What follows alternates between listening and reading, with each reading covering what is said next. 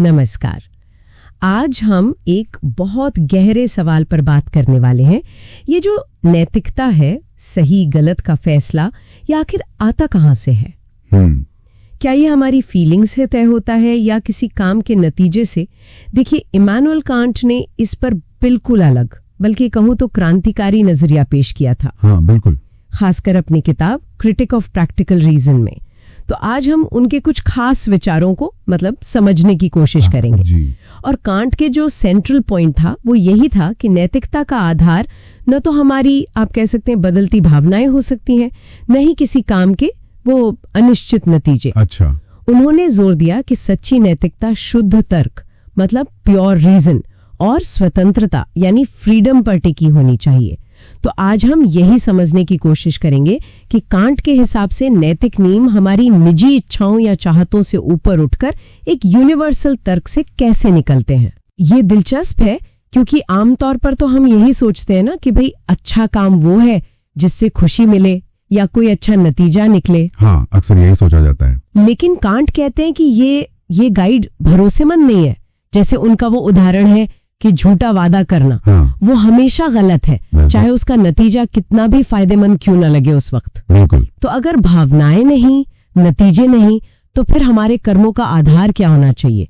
Can't क्या कहते हैं? कांट कहते हैं आधार होना चाहिए व्यवहारिक सिद्धांत, मतलब प्रैक्टिकल प्रिंसिपल्स जो तर्क पर आधारित हों। और वो इनमें भी देखिए दो तरह के सिद्धांतों में फर्क करते हैं। अच्छा। एक है मैक्सिम्स, ये हमारे अपने निजी सिद्धांत होते हैं, व्यक्तिपरक। जैसे मान लीजिए मैं अपनी सेहत के लिए रोज सुबह सैर करूंगा, ये बस मुझ पर लागू होता है। ओके, वो तो पर्सनल हो गया। और दूसरे हैं व्यवहारिक कानून, प्रैक्टिकल लॉज। ये वस्तुनिष्ठ होते हैं, ऑब्जेक्टिव। और कांट के हिसाब से ये हर तर्क संगत प्राणी पर, मतलब हर रैशनल बीइंग पर लागू होने चाहिए, हमेशा, हर जगह।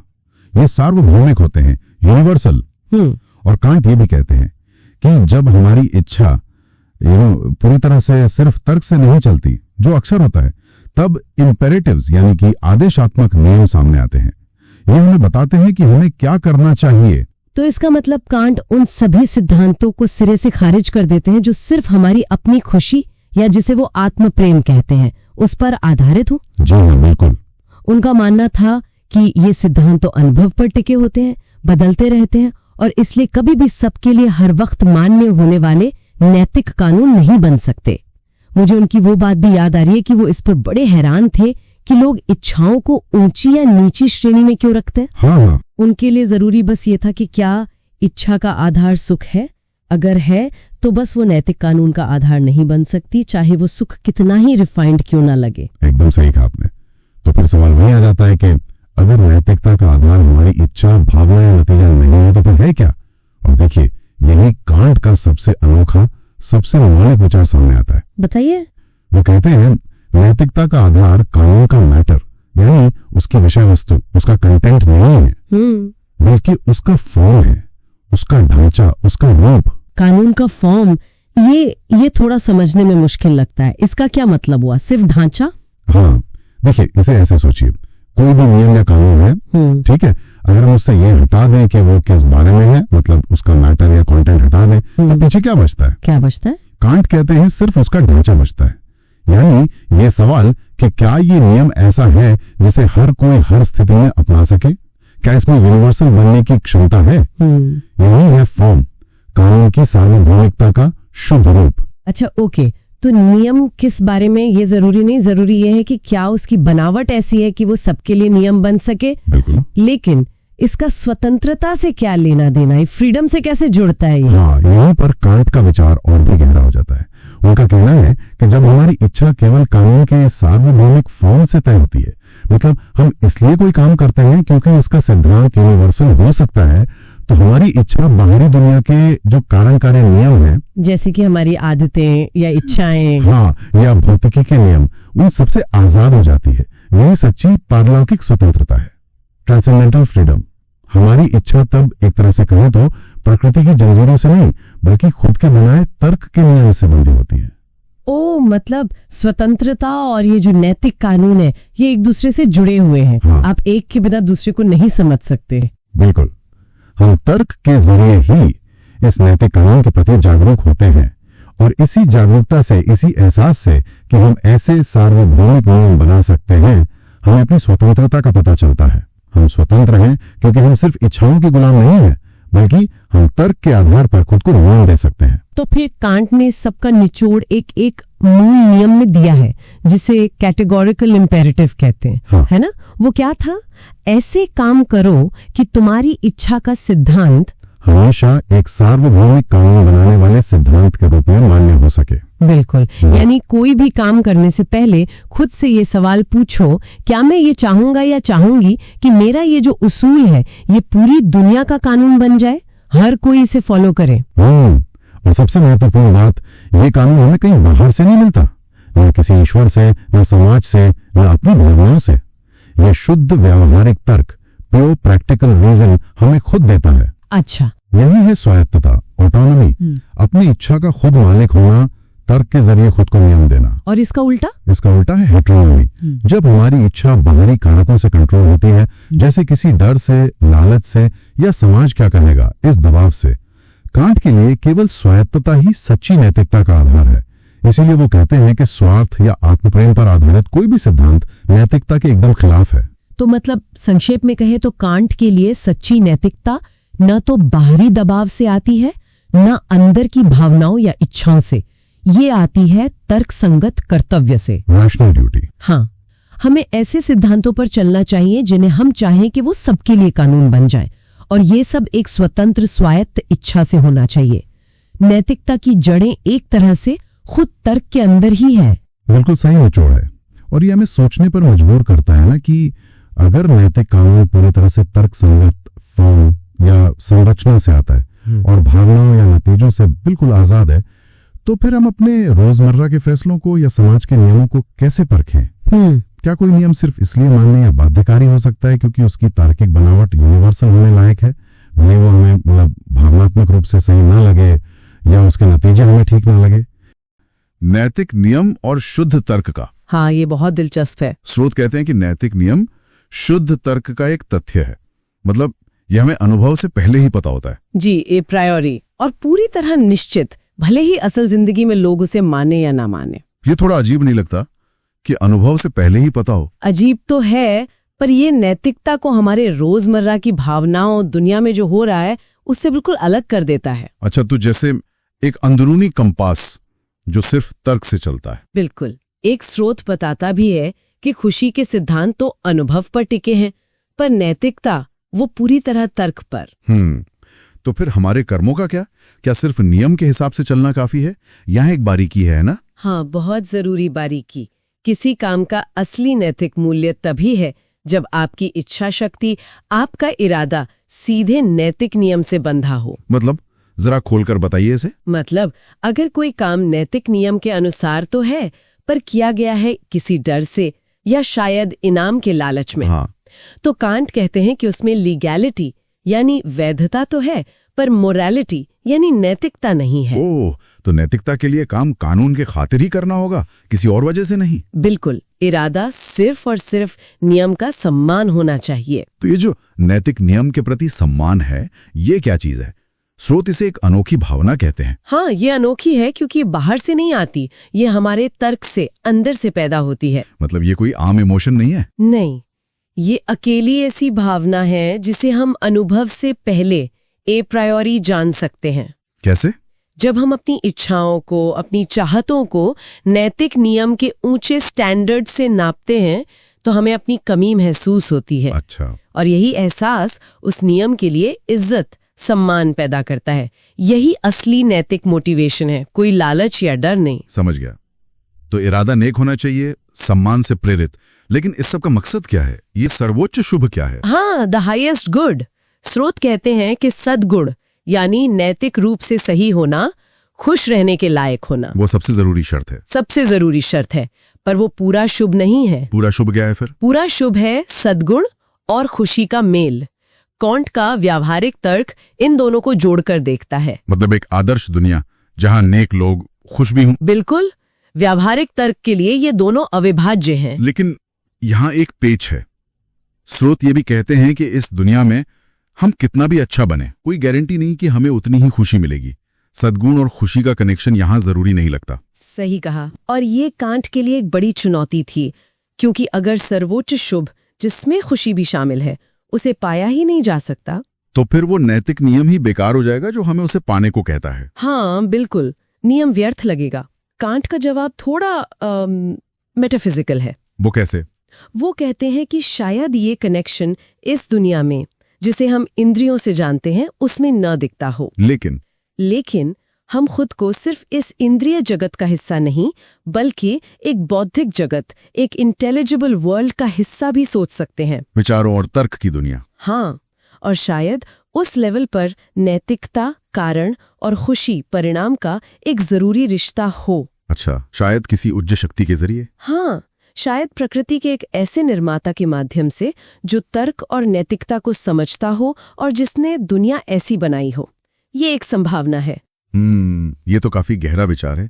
और आखिर में व्यावहारिक तर्क को प्रधानता देने की बात आती है, इसका क्या मतलब है? इसका मतलब है कि जब दुनिया को समझने वाला सैद्धांतिक तर्क और कर्म से जुड़ा व्यावहारिक तर्क जब ये साथ आते हैं तो व्यावहारिक तर्क ज्यादा महत्वपूर्ण हो जाता है। क्यों? क्योंकि कर्म करना, नैतिक चुनाव करना, ये जीवन का आसास है।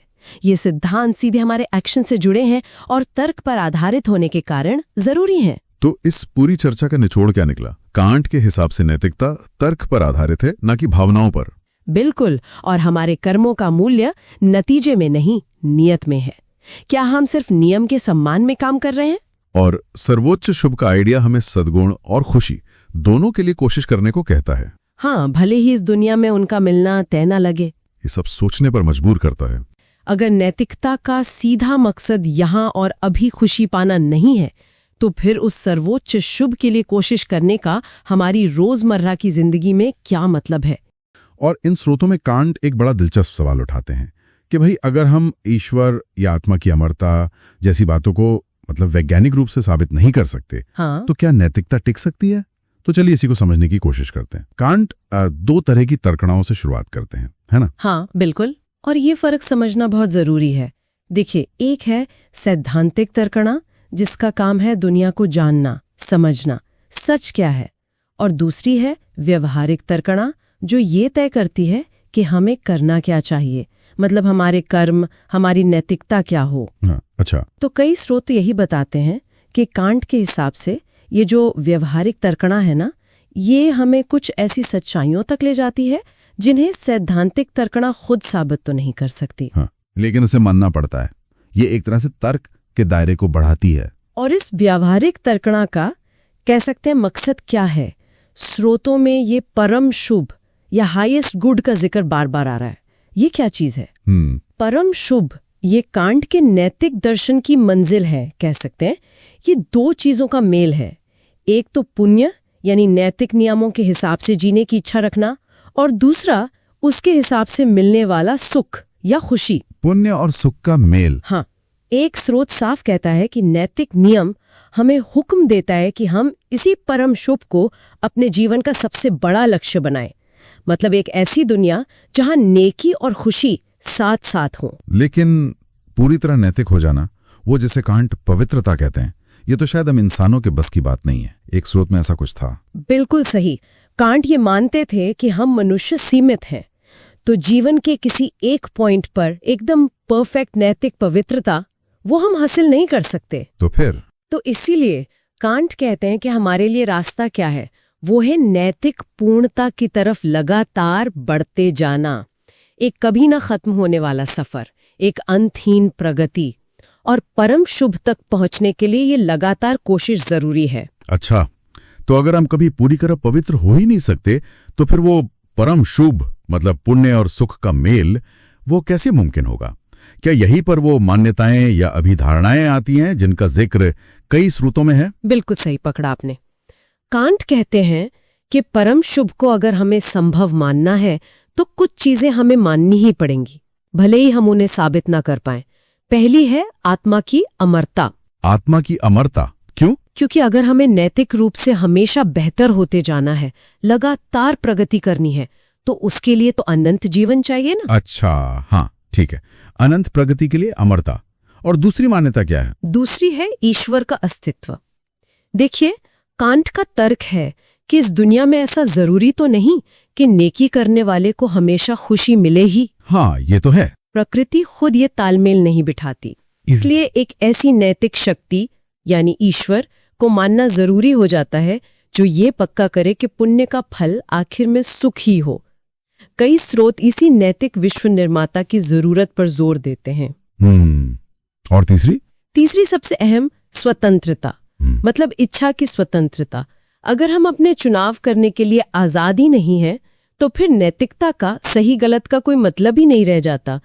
नैतिक जिम्मेवारी के लिए स्वतंत्रता तो पहली शर्त है। तो इन स्रोतों को देखें तो कांट एक तरह से ये कह रहे हैं कि भाई नैतिक जीवन जीना है तो स्वतंत्रता, अमरता और ईश्वर में एक तरह का क्या कहें तर्कसंगत विश्वास रखना होगा, भले ही वैज्ञानिक सबूत ना हो। बिल्कुल, यही है वो जिसे कांट शुद्ध व्यवहारिक तर्कसंगत विश्वास कहते हैं। ये विश्वास जरूरत से पैदा होता है, किसी अटकल या अंदाजे से नहीं। ये एक व्यवहारिक अनिवार्यता है। एक और बात जो मुझे इन स्रोतों में बड़ी दिलचस्प लगी कि नैतिकता का मकसद हमें खुश करना नहीं है बल्कि हमें खुशी के लायक बनाना है। ये सोचना हमारे आम तरीके से कितना अलग है। हाँ, और ये बात सीधी उस विचार से जुड़ती है कि हर इंसान, हर तर्कशील प्राणी अपने आप में एक लक्ष्य है, सिर्फ किसी और चीज को पाने का साधन नहीं। मतलब किसी को इस्तेमाल नहीं किया जा सकता। हाँ, यहाँ तक कि ईश्वर भी किसी इंसान को सिर्फ अपने मकसद के लिए इस्तेमाल नहीं कर सकता। मानवता का अपना एक सम्मान है, वो पवित्र है। कांट तो एक तरह की चेतावनी भी देते हैं कि अगर ईश्वर और नैतिक नियम एकदम शीशे की तरह साफ होते, सबको पता होते, तो हम सब शायद मशीन की तरह काम करते, कठपुतलियों की तरह। उसमें नैतिकता का कोई असली भाव ही न होता। सही कहा। कांट मानते हैं कि असली नैतिक चरित्र तभी बनता है जब हम किसी इनाम के लालच या सजा के डर से नहीं, बल्कि सिर्फ नैतिक नियम के प्रति एक निस्वार्थ सम्मान की भावना से काम करते हैं। सम्मान से? हाँ, सम्मान से। और यही सम्मान हमें अपनी खुद की गरिमा का एहसास कराता है। वो कहते हैं कि शुद्ध नैतिकता का सीधा असर इंसान के दिल पर ज्यादा गहरा होता है। लेकिन हाँ, ये याद रखना भी जरूरी है, जैसा कुछ स्रोत साफ करते हैं, कि ये जो मान्यताएं हैं, अमरता, ईश्वर, स्वतंत्रता, ये हमें इनके बारे में कोई सैद्धांतिक ज्ञान नहीं देती। मतलब हम ये नहीं जान जाते कि ईश्वर कैसा है या आत्मा का स्वभाव क्या है। तो फिर इनका क्या काम है? ये बस व्यवहारिक जरूरतें हैं। हम इन्हें परम शुभ की धारणा को समझने और उसे संभव मानने के लिए इस्तेमाल करते हैं। व्यवहारिक तर्क हमें वास्तविकता का एक नैतिक पहलू दिखाता है, पर यह ज्ञान का विस्तार नहीं है। तो इस पूरी चर्चा का निचोड़ क्या निकलता है? कांट के इन विचारों से हमने क्या सीखा? शायद मुख्य बात यह है कि नैतिकता सिर्फ कुछ नियम मान लेना नहीं है। इसके लिए हमें कुछ बुनियादी बातों को मानना पड़ता है। स्वतंत्रता, अमरता, ईश्वर, और ये मान्यताएं सैद्धांतिक नहीं बल्कि व्यवहारिक तर्क से आती हैं। बिल्कुल। और नैतिकता का असली मकसद खुशी ढूंढना नहीं, बल्कि कर्तव्य निभाकर, नैतिक कानून का सम्मान करके और हर इंसान की गरिमा को सबसे ऊपर रखकर खुशी के योग्य बनना है। चलिए जाते जाते एक सवाल सबके सोचने के लिए छोड़ते हैं, जो एक स्रोत से उभरता है। कांट कहते हैं कि सिर्फ नैतिक सिद्धांत जानना काफी नहीं है, असली चुनौती उन्हें अपने जीवन में उतारना है, उन्हें व्यावहारिक बनाना है। तो हम अपनी रोजमर्रा की जिंदगी में जानने और करने के बीच की इस खाई को कैसे पाट सकते हैं? और कांट का ये विचार कि हमें सिर्फ सम्मान के लिए कर्म करना चाहिए बिना किसी इनाम या डर के, ये हमारी प्रेरणा को लेकर जो आम धारणाएं हैं उन्हें कैसे चुनौती देता है?